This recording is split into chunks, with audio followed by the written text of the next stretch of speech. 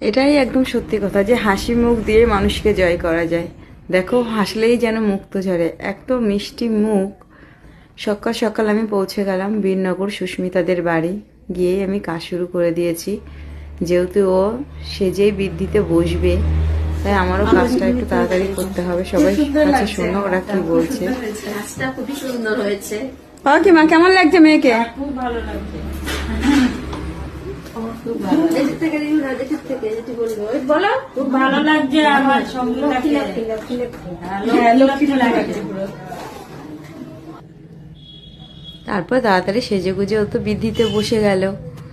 দেখো সব সময় একটা মিষ্টি হাসি ওর মুখে লেগেই আছে।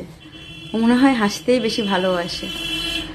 তারপর আমি এবার ক্যামেরাম্যান দাদার সঙ্গে চলে গেলাম ভিডিও। উনি ভিডিও করবে, আমিও একটু ফটোশ্যুট করে নিলাম ওনার সঙ্গে। কিন্তু বাইরে প্রচণ্ড রোদ্দুর ছিল, মানে তাকানো যাচ্ছিল না। তারপরে পাশে একটু ছায়া জায়গায় সেখানেও কয়েকটা ভিডিও শ্যুট করে নিলাম। ফটো ভিডিও করে দেখো সুন্দর সুন্দর পোজ দিচ্ছে ও। তারপর ফটো তোলা হয়ে গেলে আমরা চলে এসেছি, কারণ গায়ে হলুদের ব্যাপারটা তখনও বাকি ছিল। এই যে গায়ে হলুদের ভিডিও একটু নিয়ে নিলাম। তোমরা সবাই বলো ওকে কেমন লাগছে।